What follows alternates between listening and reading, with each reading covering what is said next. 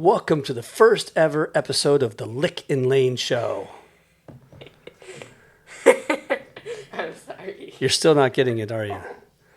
We're going over what we should call the title of this show, and we just went through a whole monologue about it and didn't film the audio of it. So we're starting all over, and he's sitting there going, I still don't like the name. I still don't understand the name. I still don't know why. Will this be a part of the podcast? It depends.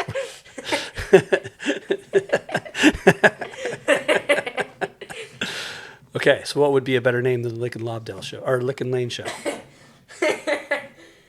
So the reason why I said it that way instead of, well, multiple things here. First and foremost, Dad and Layne wouldn't work. Layne and Dad wouldn't work. We can't have Dad in this. Doesn't matter if I'm your dad or not. Like, that takes the fun out of it. So we could obviously do Rick and Layne. That's not a problem whatsoever. But I do have this kind of like running joke in my industry where I am Lobdell instead of Rick Lobdell. And I've made at least one and thought about some other really horrible videos on purpose where I'm doing everything wrong on the concrete. And my name's Lick Lobdell instead. And I'm all sitting there. I have a video I could show you where I'm just like, I'm the greatest of all time. And I do the worst job possible. And the whole time I'm like, isn't this amazing? Man, I get paid so much money to do this. And it's just horrifyingly bad. So all my friends call me Lick Lobdell that know that or have seen that video. It's kind of just one of those jokes. So, first things first, we need a name. Second, we need to decide what it's going to be about. We could probably decide what the podcast is going to be about and then pick a name based off that. All right, well, how about this? How about we figure out what it's going to be about as we go? Why do we have to know right now it is only going to be about Lick and Layne? Or it's only going to be about video games and stop class? No, don't do that. Beginners. You're brand new too. I'm not the only I have been here. on multiple podcasts, Mr. Smarty Pants. I can show you It's the your YouTube first videos. time setting up one. But they don't know that. Now they do.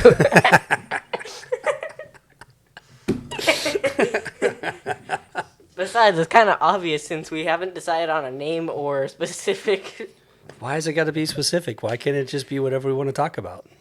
It could be different every single time. We can talk about, well, obviously we've already started talking about Halo. We can go into all of that. We can play. Look. What if we did a 30-minute video? Yeah, we were talking about Halo when the audio wasn't recording. Right, I know. That's why I'm saying that. We had all these great conversations before the video started.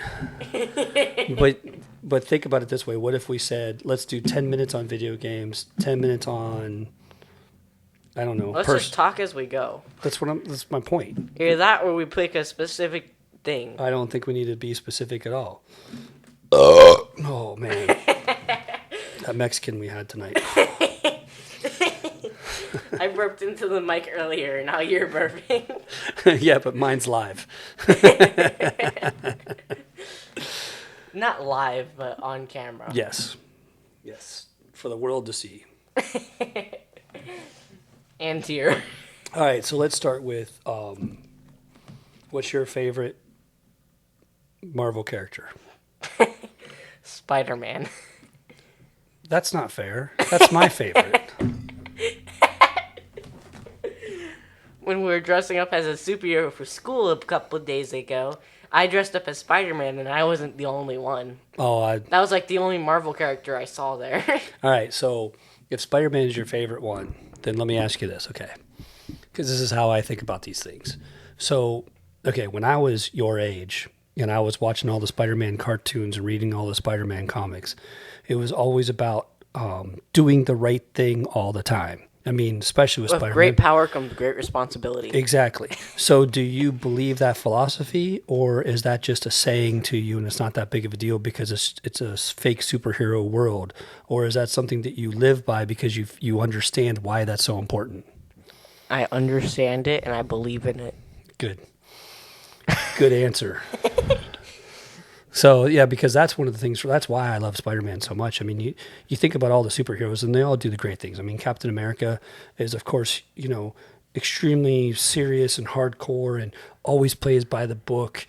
Captain America and Master Chief are very similar.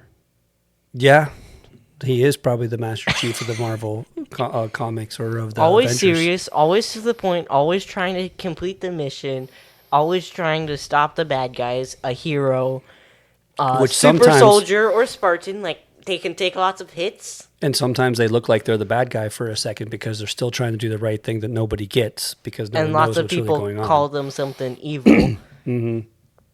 I mean, Master Chief is called Demon, and Captain America is viewed as a bad guy in other places because he supports America, and America isn't.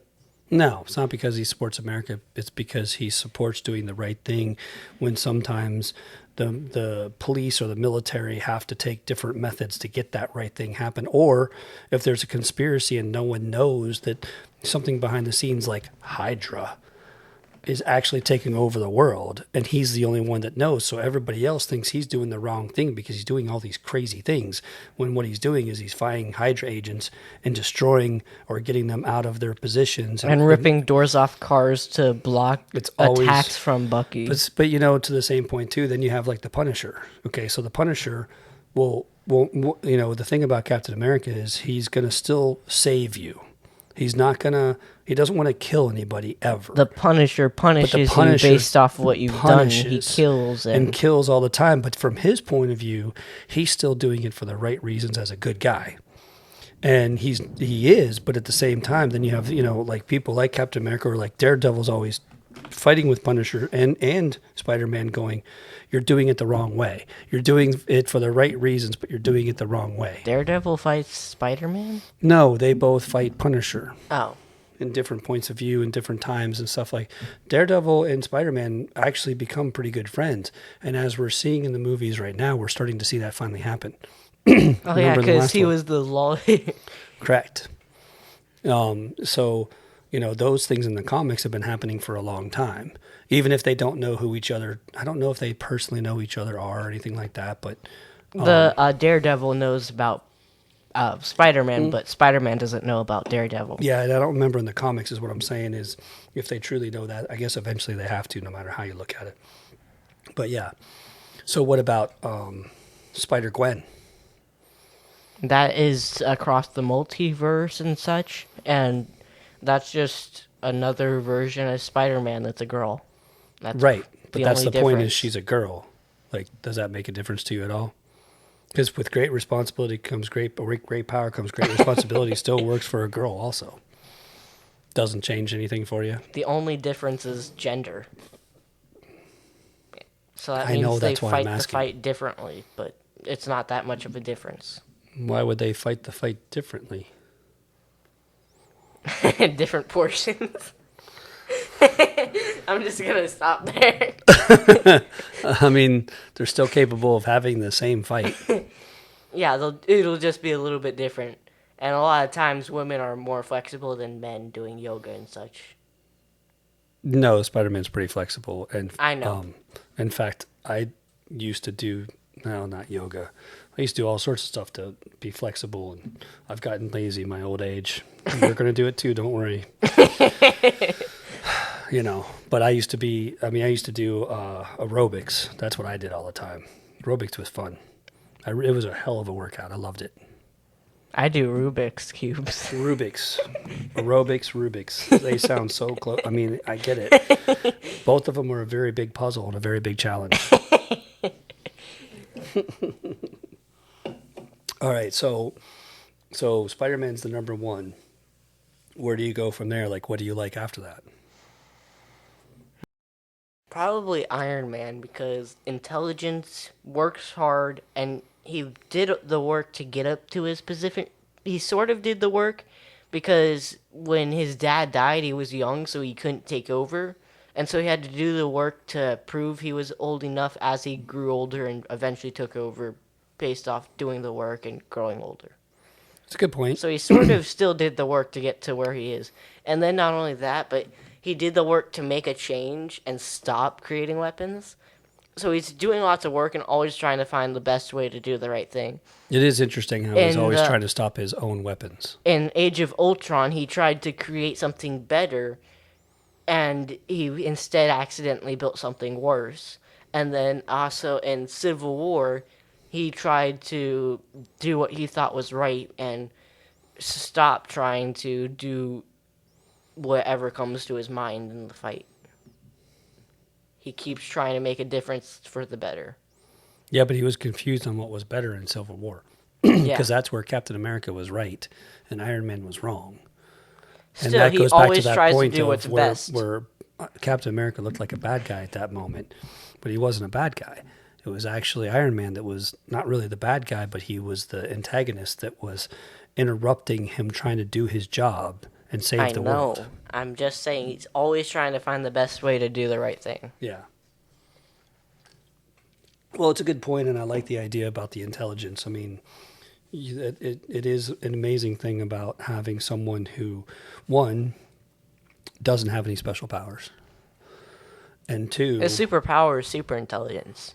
Sort of. I mean, there's a lot of intelligent people out there too, but still. Number two is that he never tried to kill anybody either. So we're in this pattern right now of Captain America, Iron Man, I'm sure Spider-Man. he tried to kill someone. No.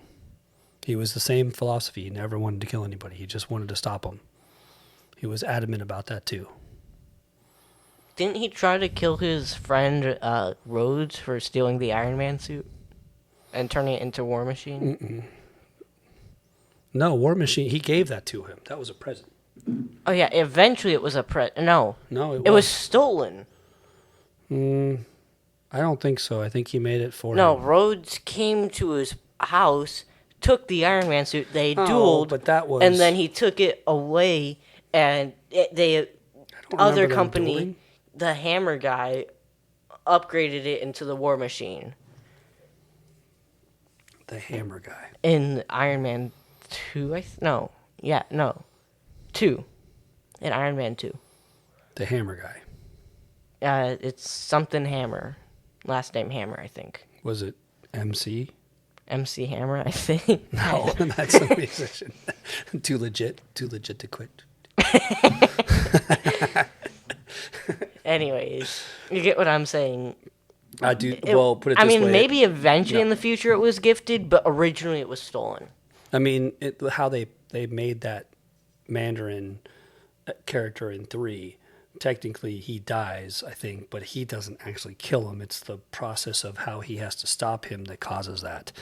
And Captain America has that too. Sometimes he's doing everything he can to save the person and they still might die, but it's not because of him. It's because of the outcome of the choices that person made. Iron Man purposefully killed him because he sent his suit on him and told Jarvis to blow up the suit. He was purposely trying to erase him from existence. Who? War Machine? No. The other guy, the bad guy in Iron Man, bad guy in Iron Man 3, the guy that he could regrow whole limbs in seconds. The only way to stop him was to kill him. Yeah, but that was a tough choice. He didn't want to do it. He was left with that decision. Not like the Punish, where he's like, kill first, ask questions later. I don't care. I'm going to kill you now. You're bad. You know, and some of the things like with Guardians of the Galaxy, there's certain characters in there that'll just kill first, like Drax doesn't care. He's going to kill first, talk later, whereas Star-Lord's like, don't hurt him. I need to talk to him. Then there's the other guy, the yellow skin guy that they shoot and kill people all the time. Yeah, he at first was just shoot now, talk later, because he tried to kill Rocket. But eventually he's like, no, I don't want to do this, and eventually turned to the good side. You're talking about Adam Warlock is the... Yeah. Yeah, that's so funny how they did that. It's like a child in a adult body. And I don't know much about Adam Warlock, but from what little I remember, that's not how it was. I thought he was super intelligent, but maybe I'm wrong. But that was really funny the way they created that character.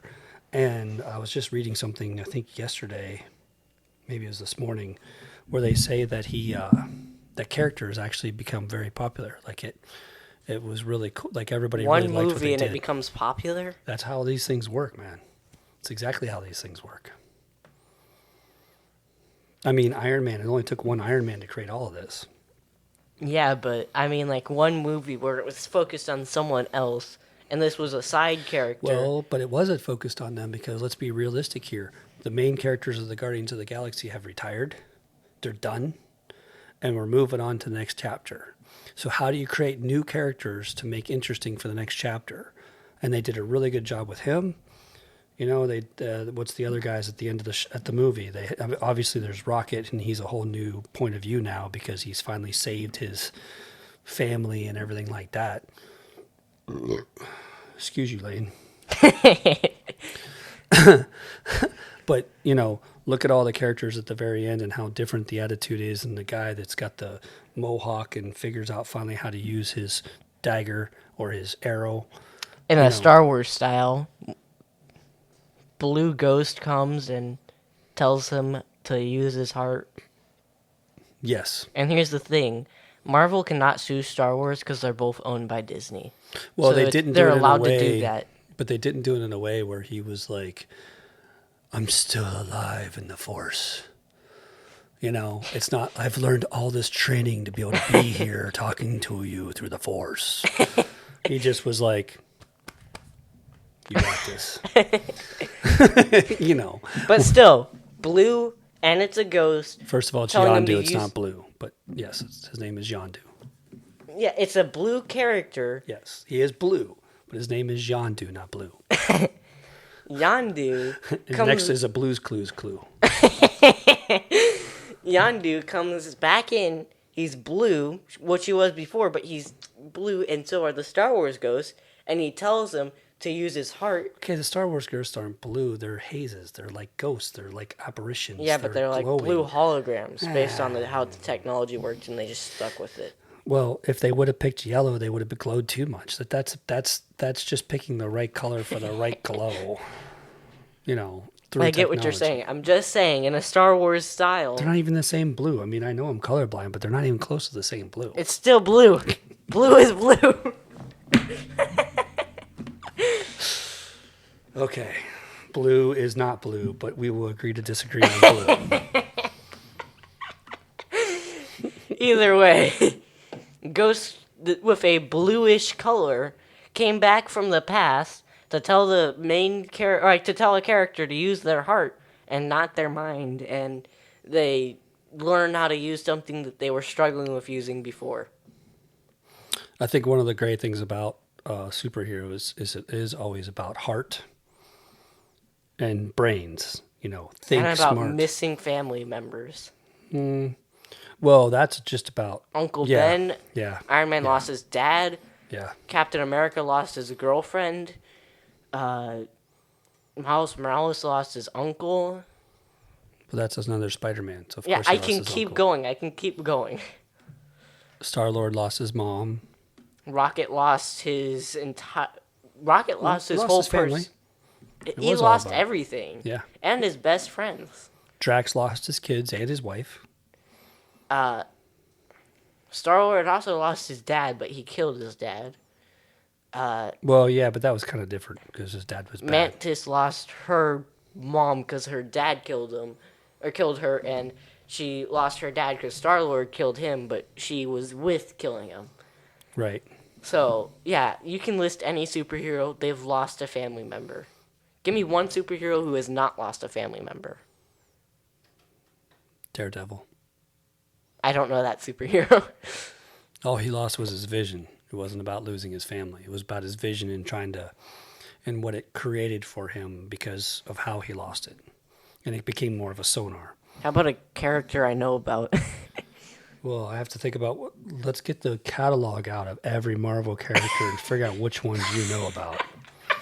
I've read through that whole thing. I know about Daredevil. I just don't know that much. And I know there's a TV show, but it's rated R. Yeah.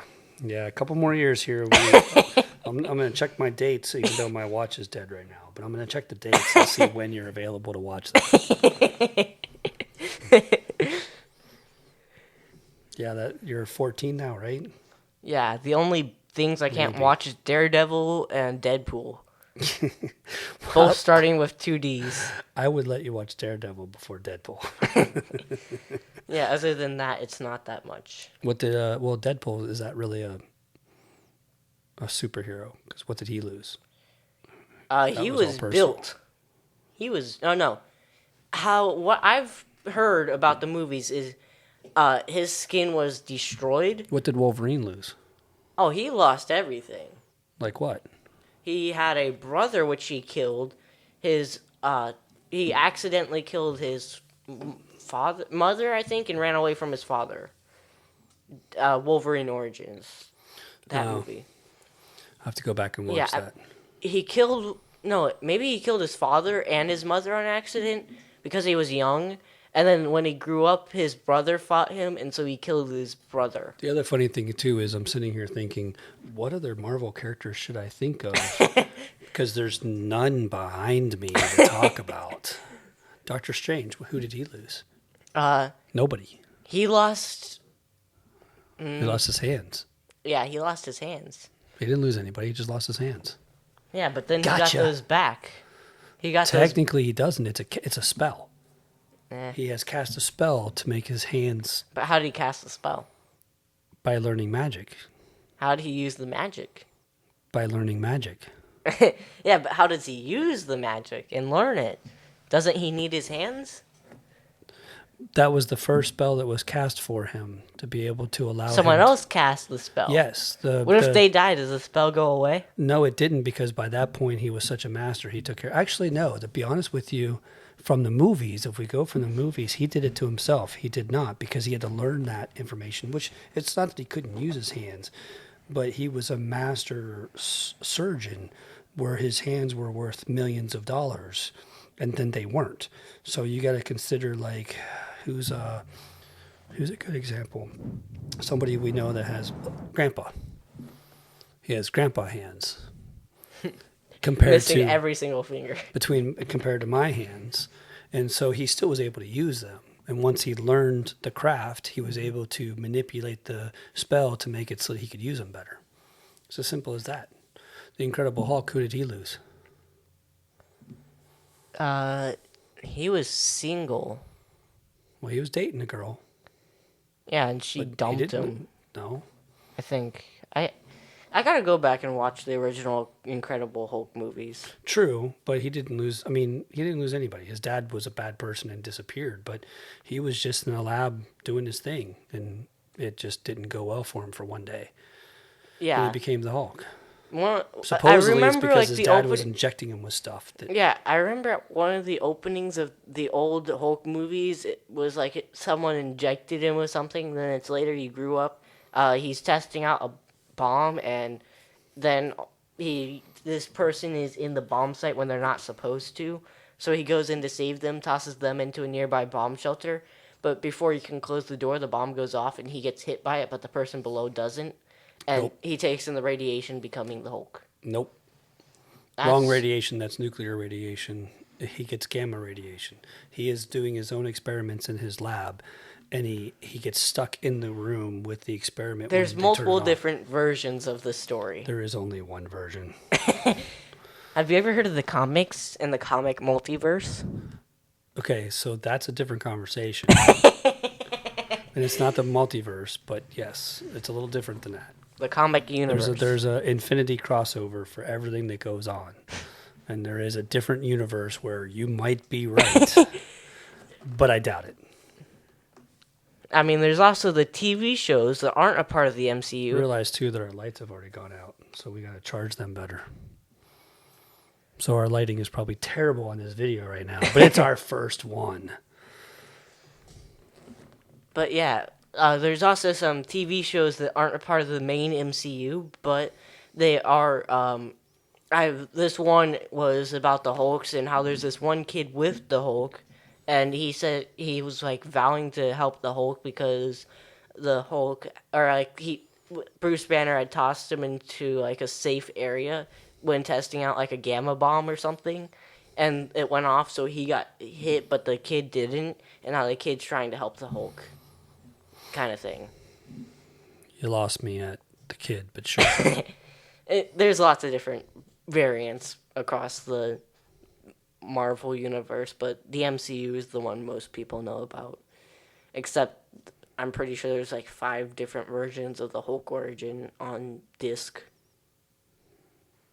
Maybe. I think they're pretty consistent. Don't you have like 3 of them downstairs?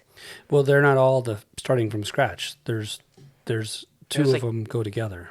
Okay, so 2 start, and then one of the ones that start has one going off of it. I'm pretty sure I remember something from like one of them, like his father turned into some like rock abomination. Monster. Yeah, he does, but that's not because he was already the Hulk by then, so he was already a superhero trying to do the right thing. But it goes back to the same point. The government thought that the Hulk was a bad thing because he was destroying everything all the time in a rage, when he was actually trying to save people at the same time. He was just very bad at it because he was a clumsy. He had superhero. Anger issues. But he would destroy a building, hurt people in the building to try to save a plant. I must save this flower. I don't notice the building falling apart, but I've saved the flower. So it depends on how you look at it. But then there's like the Fantastic Four. They didn't lose anybody. They went up into space and got radiated and came back superheroes. But this is very few superheroes. I think I've said as many superheroes already as we said in the beginning that did have a family member die. I'm pretty sure I'm already past that point. Well, pretty much. Let's just put it this way. The entire Spider-Verse has lost one family member. Always the uncle. Or a friend. I think it's always the uncle. No, it's Spider-Gwen lost her best friend. Well, not only that, but I forgot the newest movie was the aunt. Well, no, because the uncle was already gone too. But it was losing the aunt that made it a bigger difference. Yeah. Yeah. The one had lost both aunt and uncle. One had lost her father, and it was the one with the robot thing. And then Peter Porker never lost anything. Or Spider-Ham, whatever.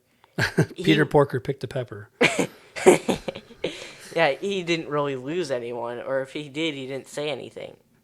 He was a spider that got bit by a radioactive pig. No, he was a pig that got bit by a radioactive spider. Watch the movie again. How could a pig bite a spider?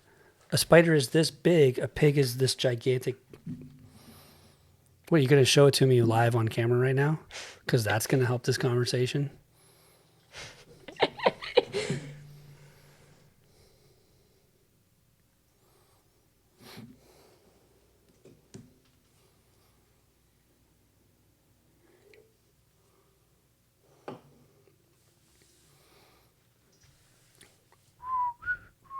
One sec.